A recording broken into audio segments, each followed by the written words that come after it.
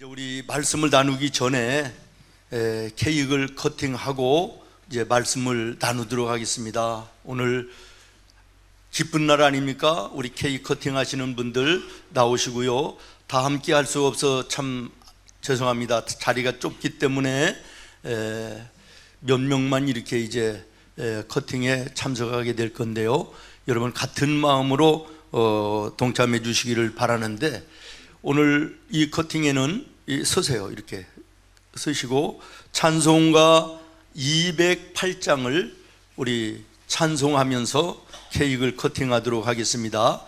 208장입니다.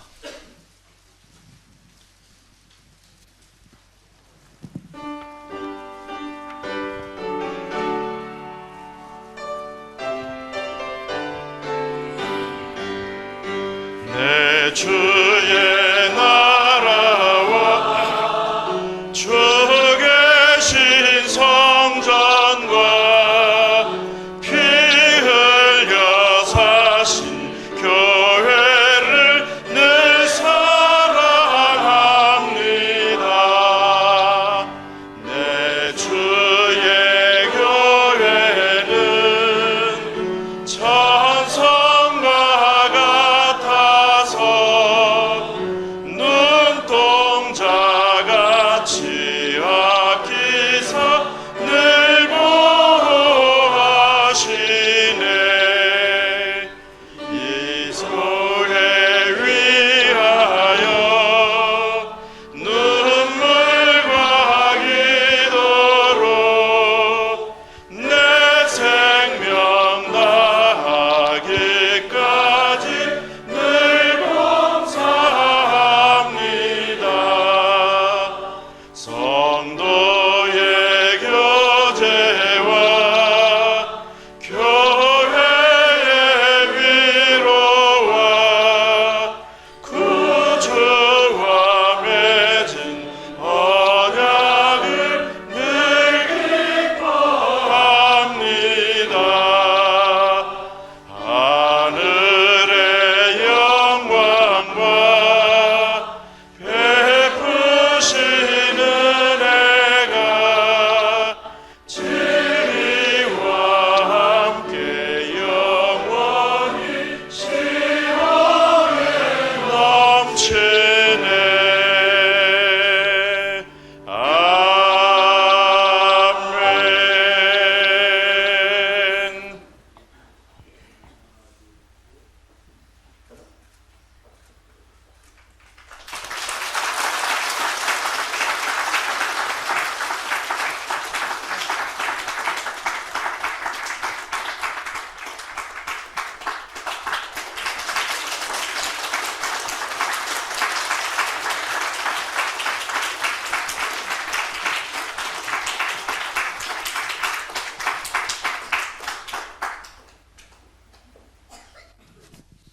그냥 떡 놓고 그대로 허게요. 옆으로 치우시. 또 먹을 것은 앞에 있으면 안 돼요. 그것만 쳐다보실까 봐 설교 시간에. 38년 전 저 부천 전철역 앞에 3층 조그마한 건물 10명도 안 되는 우리 성도들이 모여서 첫 예배를 드리던 그때가 눈앞에 선한데 벌써 38년이 지났습니다. 그 38년 동안 함께 하신 우리 하나님의 은혜가 얼마나 감사한지, 얼마나 고마운지, 또 여러분이 오늘 함께 하셔서 하나님 앞에 너무 기쁘고 너무 감사합니다. 여러분, 우리 옆에 앞뒤에 분들 서로 인사하겠습니다. 블레싱 생일.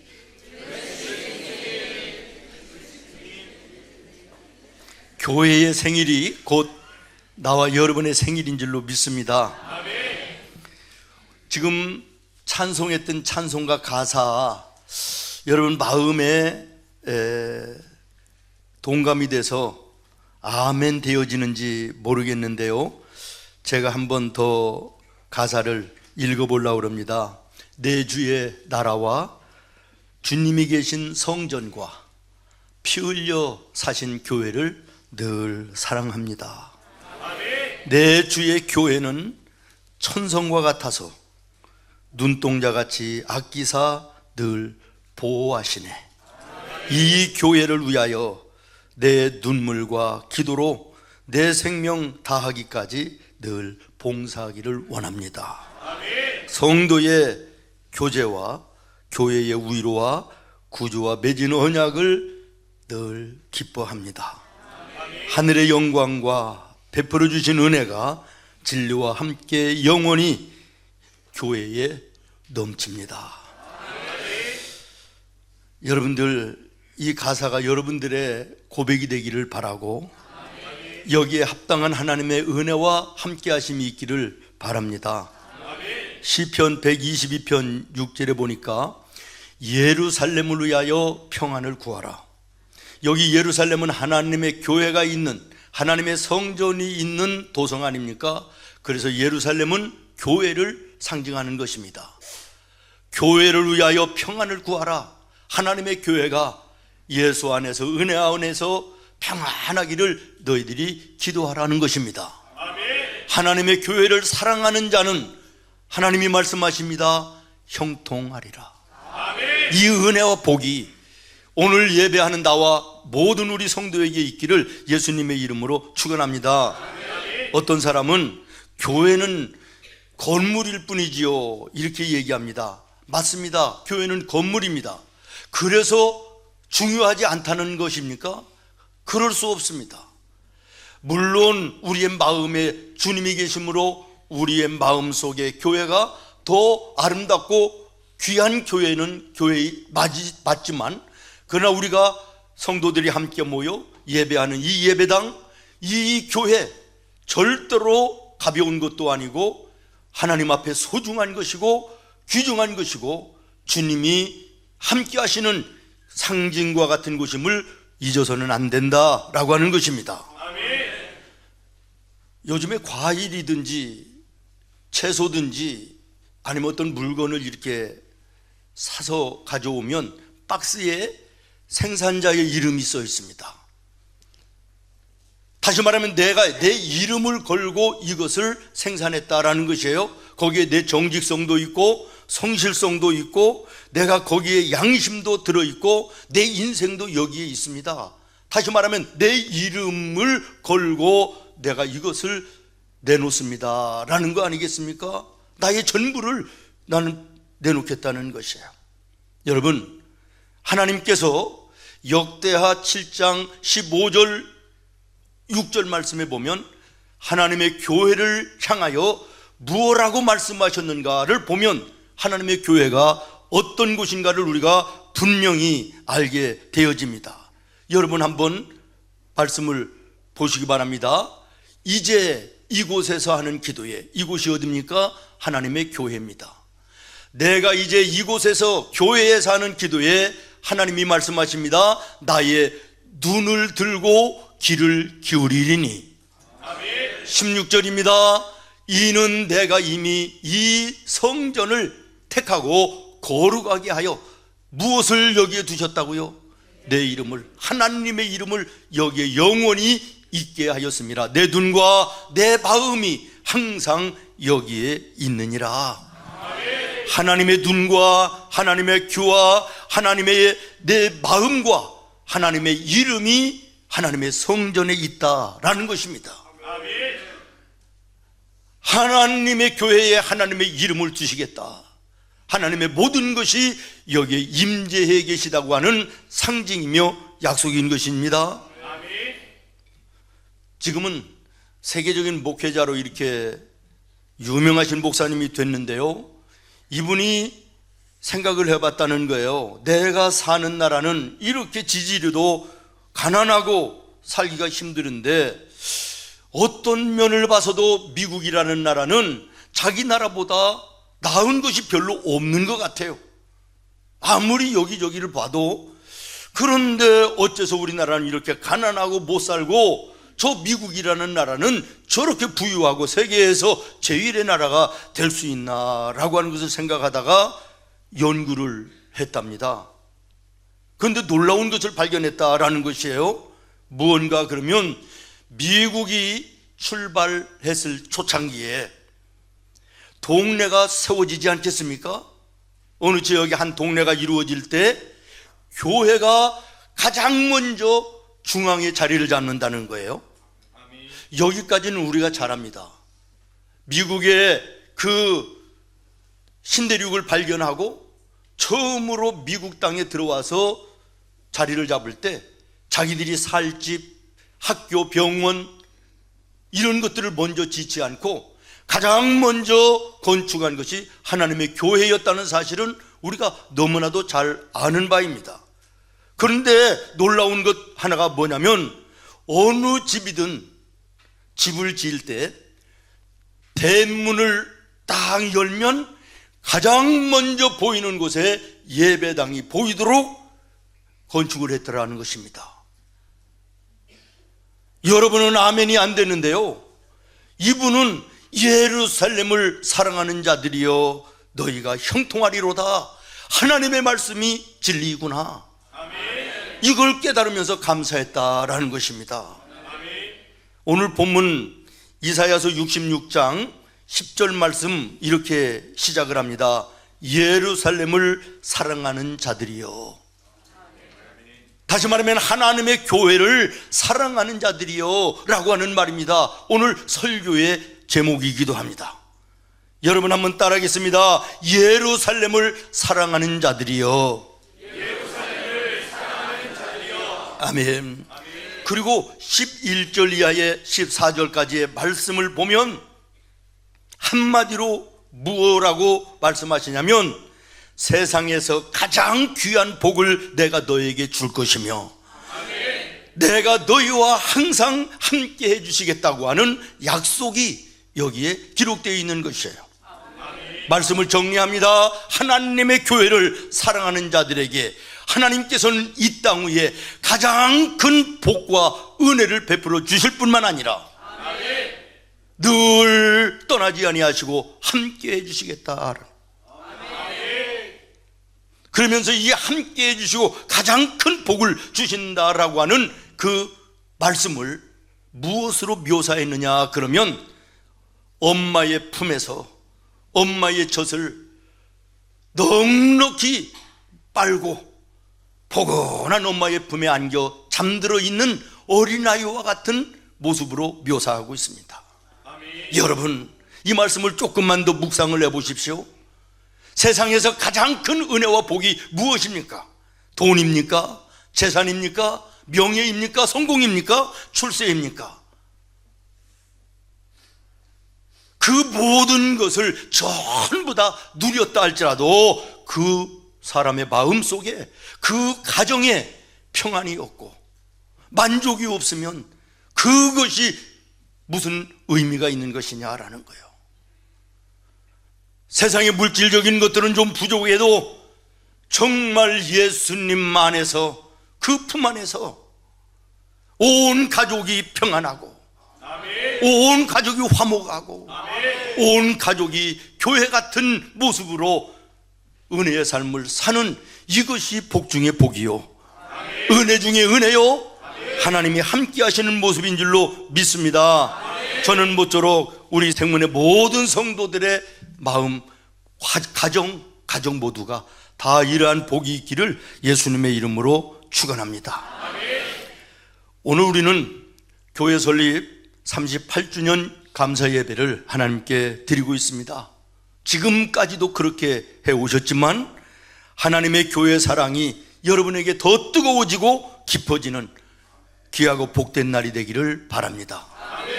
우리가 성경을 읽을 때 보면요, 성막, 회막, 성소, 성전, 교회와 의미가 유사한 단어들이 많이 나옵니다. 그러나 구약에 나오는 성전, 성막, 회막, 성소 이 모든 것들은 신약 성경에 이르는 오늘 우리가 예배하는 교회의 의미와 동일한 것이며 오늘 교회의 전신이라고 하는 사실을 우리가 생각하면 되겠습니다.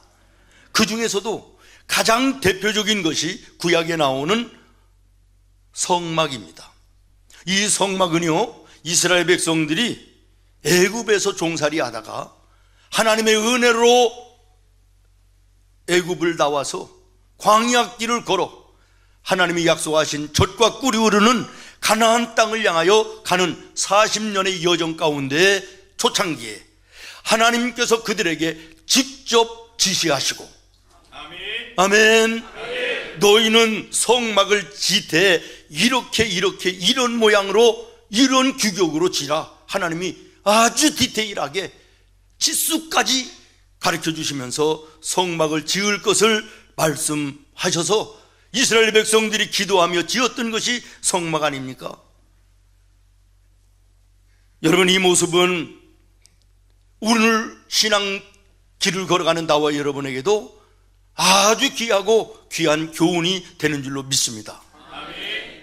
그들은 성막과 함께 광야길 40년을 한 번도 딴 길로 가지 않고 젖과 꿀이 흐르는 약속의 땅까지 들어갔던 사실을 기억하시면서 오늘 광야 같은 세상을 걸어가는 나와 여러분의 인생길에도 하나님이 약속하신 천국을 바라보며 나가는 나와 여러분에게 이 장막, 성막, 하나님의 교회가 여러분의 삶의 방향이 되기를 바라고, 여러분의 삶의 중심이 되기를 바라고, 하나님의 교회를 사랑하는 마음이 여러분 마음속에 새로워지는 은혜로운 아침이 되기를 예수님의 이름으로 축원합니다.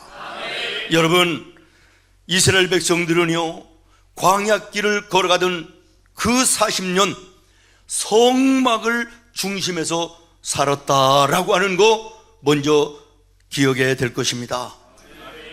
민수기서 2장 2절 말씀에 보면 이스라엘 자손은 각각 자기의 진영의 군기와 자기의 조상들의 가문의 기호 곁에 진을 치되 너희들이 머무를 집을 지라는 거예요. 텐트를 치라 그런 말이에요. 그런데 어디를 향하여 치라는 거예요?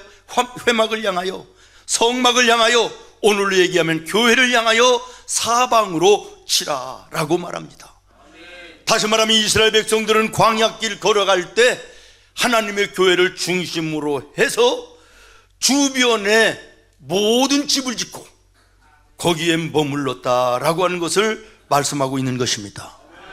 민수기 2장과 민수기서 10장 말씀에 보면 그 배치도까지도 하나님께서 아주 자상하게 명령을 해 주셨습니다.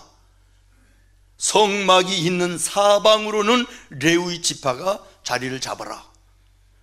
그리고 동쪽에는 유다 지파가 자리를 잡고 서쪽에는 에브라임 지파가 자리를 잡고 남쪽에는 루벤 지파가 자리를 잡고 북쪽에는 단 지파가 자리를 잡아라. 배치도까지 정확하게 말씀을 해주셨다. 그리고 이스라엘 백성들은 그 말씀대로 중심에 교회를 짓고 성막을 짓고 자기들의 집이 지어질 때는 성막을 중심에서 지을 뿐만 아니라 자기네 집의 대문, 가장 중요한 대문에 열면 성막이 보이도록. 미국이 초창기에 그렇게 지었다라고 하는 거 말씀드렸죠. 그러니까 미국 사람들이 나라를 만들 때 처음에 시작할 때 말입니다, 이 하나님의 명령, 하나님의 말씀에 순종해서 그대로 따라갔다는 것입니다. 사랑하는 우리 성도 여러분, 이 사실은 이스라엘 백성들에게 무엇을 이야기하는 것입니까? 하나님, 우리는 하나님의 성전을 중심하여 살겠습니다 라고 하는 신앙의 고백이라는 거예요. 오늘 모쪼록 여러분 하나님 앞에 신앙의 고백이 새로워지기를 바랍니다. 하나님, 내가 하나님의 성전을 중심하여 살기를 원합니다. 오뚜기가 넘어졌다가도 바로바로 서는 이유가 뭡니까? 그의 중심에 납덩어리가 있기 때문에 그래요. 무게중심을 잡아주는 무언가가 있기 때문에 그런 거예요. 여러분의 삶에도 인생의 무게중심을 잡아주는 예수 그리스도가 계셔야 흔들림이 없이 넘어질지라도 다시 일어서서 앞을 향하여 나아가는 인생, 성공하고 승리하는 인생이 되는 것이지, 마음의 중심에 예수가 없으면 갈팡질팡 무너지고 자빠지고 뛰고 넘어지는 이런 일들이 거듭되는 혼돈 속에 살 수밖에 없는 인생임을 기억하시기를 바랍니다. 여러분, 바다 위에 배가 떠 있습니다. 아주 멀리서 보면 참 아름다운 풍경입니다. 그러나 그 배가 떠 있을 수 있는 것은 그냥 있는 것이 아니라는 거예요. 겉으로는 물결이 치지 않는 것 같아도 바다 밑에는 거센 해류가 흘러내려가는 것입니다. 물살이 얼마나 심한지 모릅니다. 배에서 닷을 내려서 중심을 잡기 때문에 배가 그 자리에 머물러 있는 것이에요. 나와 여러분의 인생에 예수 그리스도가 다시 되어서 그 예수님을 중심하여 살지 아니하면 우리의 인생은 세파에 흔들리는 것입니다. 세류에 떠밀려 어디로 흘러갈지 모르는 방황과 혼돈의 삶을 살 수밖에 없는 것임을 기억하시고 예수님이 여러분의 인생에 다시 되기를 바랍니다. 다시 말하면 중심이 되기를 바랍니다. 그러면 하나님이 함께 주시겠다고 말씀하십니다. 내가 너와 함께 하겠다. 내가 너를 도와주리라. 하나님의 성전을 중심하여 사는 자 하나님이 형통케 하시리라. 두 번째는 광야길 걸어가던 이스라엘은 성막을 통해서 방향을 잡았습니다. 뭘 잡았다고요? 내가 걸어가야 될, 내가 나아가야 될, 내가 행해야 될, 내가 살아야 될 방향을 정했다, 그런 말입니다. 여러분, 광야나 사막에 이정표가 있습니까? 없습니다. 그렇기 때문에 많은 사람들이 길을 잘못 들어서 헤매이고 죽는 경우들이 다반사다 그럽니다. 그러나 이스라엘 백성들은 무려 40년을 광야와 사막길을 걸어갔지만 단 한 번도 딴 길로 가지 않고 변함없이 하나님의 약속의 땅 가나안까지 이룰 수 있었다는 사실을 여러분 기억하시기를 바라고, 그럴 수 있었던 비결은 하나님의 성전을 중심해서 하나님의 성전을 따라갔기 때문임을 기억하시기를 바랍니다. 사랑하는 여러분, 세상에는 여기저기 나가보면 이정표들이 많이 있습니다. 그래서 내가 한 번도 가보지 않고 또 알지도 못하는 동네요 도시라 할지라도 이정표만 따라가면 갈 수가 있습니다. 그러면 이 세상에 인생의 방향을 알리는 이정표는 없습니까? 아닙니다. 있습니다. 아니, 있어도 너무 많이 있습니다. 너무 많기 때문에 혼돈을 일으켜서 방황하는 사람들, 그래서 망하여 버리는 사람들 얼마나 많은지 모릅니다. 사랑하는 여러분, 인생의 올바른 방향을 인도하는 분은 오직 천지의 창조주이신 전능하신 하나님이시며, 그 하나님의 말씀이 예수를 통하여 하나님의 교회에 임하고 교회를 통하여 우리 성도들에게 선포되는 그 말씀이 인생의 방향을 결정하는 지표가 됨을 기억하시기를 바랍니다.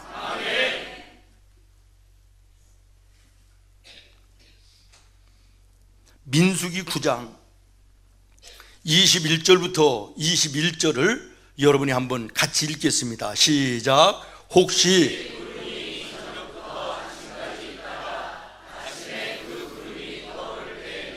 그들이 행진하였고 구름이 밤낮 있다가 떠오르면 곧 행진하였으며 이들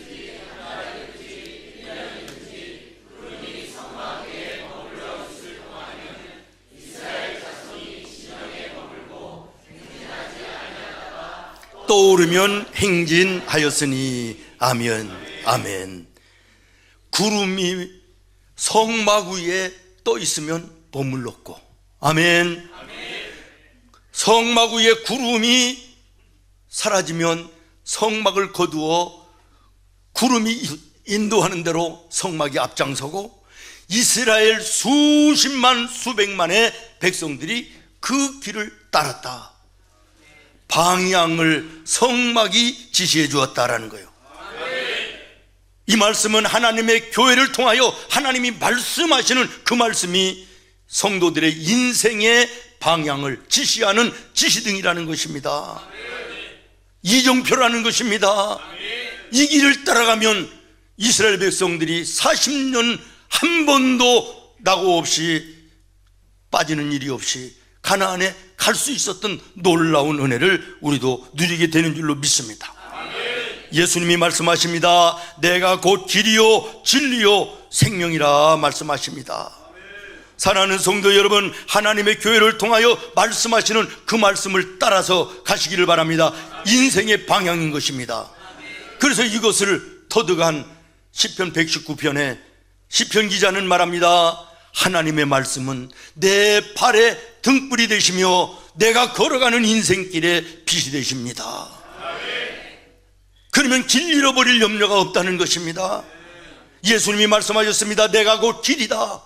길 대신 예수님을 따라가면 우리의 인생길 딴 길로 갈 이유가 없습니다.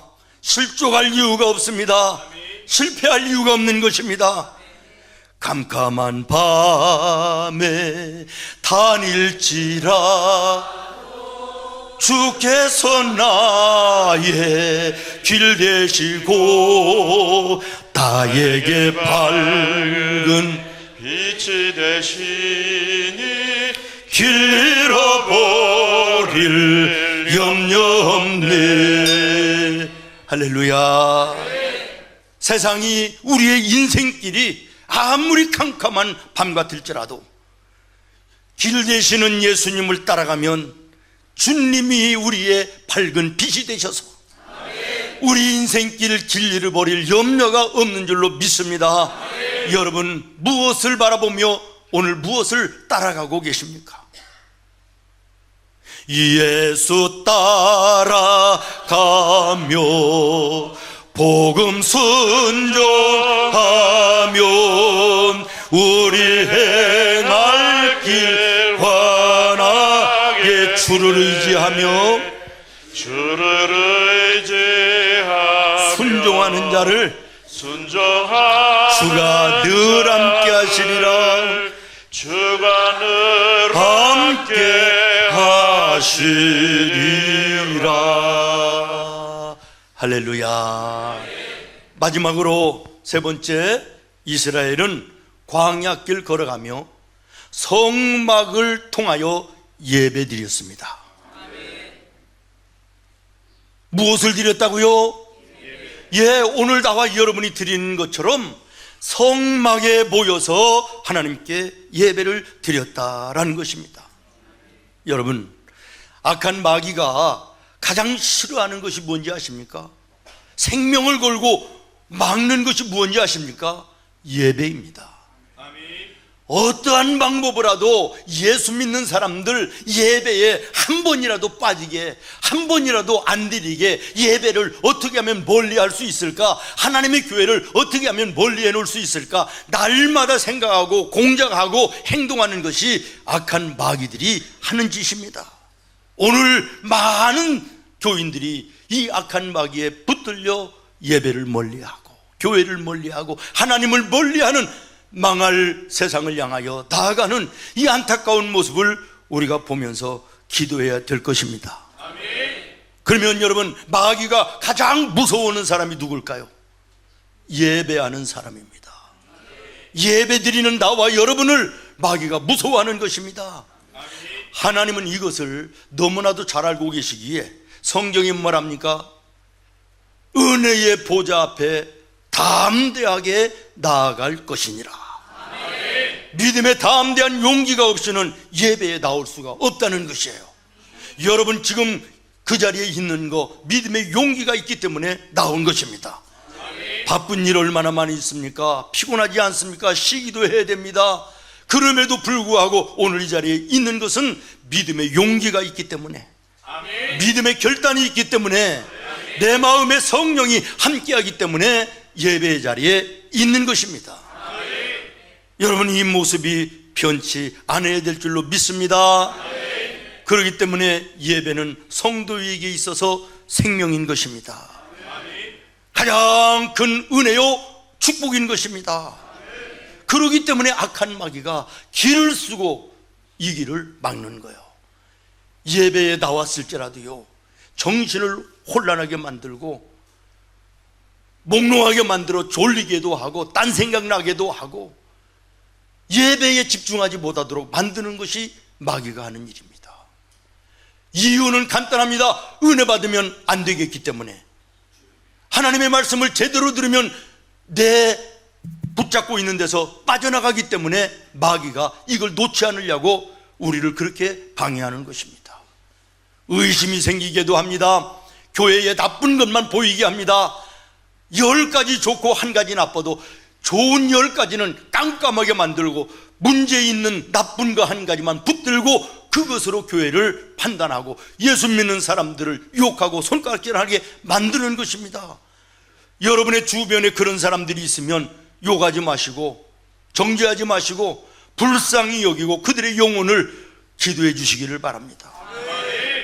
오늘 나와 여러분은 예배에 나왔습니다. 이 예배의 자리는 나와 여러분에게 생명인 것입니다. 나와 여러분에게 하나님이 주시는 능력인 것입니다. 이사야서 43장에 보면 하나님이 나와 여러분을 이 땅에 만드신 것은 찬송과 함께 예배로 영광 받으시기 위해서 만드셨다라고 말씀하십니다. 요한복음 4장에 보면 예수님께서 지금 이 시간에도 예배하는 자를 찾으신다고 말씀하십니다. 오늘 이 아침 예배하는 자를 찾으시는 우리 예수님의 눈에 나와 여러분이 발견된 줄로 믿습니다. 이것은 은혜요 축복인 것입니다. 맞습니다. 사랑하는 성도 여러분, 예배를 통해서 죄와 허물로 죽은 영혼이 살아나는 것입니다. 병든 육신과 마음이 치료를 받고 위로를 받고 실패한 인생이 새롭게 되어지는 놀라운 역사가 나타납니다. 그러기 때문에 예배는 우리에게 생명이 되는 것입니다. 무능했던 사람이 능력을 얻습니다. 무가치한 인생의 사람이 가치 있는 인생으로 변화되는 놀라운 역사가 일어납니다. 무기력한 삶으로 하루하루를 그저 살아가던 인생이 예수님을 만남으로 새로운 인생의 목적을 발견하고 세상을 흔드는 능력 있는 사람으로 바뀌어집니다. 그래서 예배는 성도에게 능력인 것입니다. 방황하던 사람들에게 인생의 목적을 줍니다. 어떻게 살아야 될까를 모르는 답이 없는 인생에게 분명한 답을 대답하여 주시는 것입니다. 허무한 나날을 보내는 사람들에게 소망의 날로 바꿔주는 놀라운 역사 나타나게 되는 것입니다. 그래서 예배는 우리에게 사명인 것입니다. 사랑하는 성도 여러분, 오늘 우리는 여기서 중요한 것을 하나 발견하고 지나가야 되는데, 광야길을 걸어가던 이스라엘 백성들이 성막에서 예배를 드렸다 그랬는데 주목할 것이 뭐냐면, 따라하겠습니다. 때를 따라. 그렇습니다. 때를 따라 드렸다는 거예요. 이게 무슨 말이냐? 하나님이 정하신 날, 하나님이 정하신 때 예배를 드렸다는 거예요. 그런데 오늘 우리의 예배는 어떻게 됐습니까? 오늘 우리 한국교회의 예배들은 어떻게 됐습니까? 내 때에 드리는 것입니다. 내가 편안할 때 교회가 좋은 시간 골라서 드리는 것입니다. 예배의 날짜도 바꿉니다. 시간은 물론이거니와. 그래서 한국교회가 무너지는 것입니다. 아이고, 오늘 우리가 드리는 예배도 하나님이 정한 것은 아니지 않습니까? 목사님, 이렇게 얘기하는 사람이 있을 수 있습니다. 아닙니다. 하나님의 말씀을 모토로 하고 신앙의 믿음의 우리 선조들의 신앙의 전통과 그 내려오는 모든 것들을 집약해서 기도하고 연구해서 공교회가 공교회의 예배를 결정한 것이기에 하나님의 말씀의 권위가 있는 것입니다. 오늘 우리가 드리는 예배, 아무 때나 우리의 마음대로 우리의 편의대로 드리는 것이 아님을 우리 기억해야 될 것입니다. 지금은 예배에 대해서 논쟁할 때도 아니고 무너지는 예배를 안타까워할 때가 아니라 이제는 내가 먼저 예배 자리에 나와야 될 때임을 기억하시기를 바랍니다. 내가 먼저 예배의 자리를 지킬 때임을 기억해야 될 것입니다.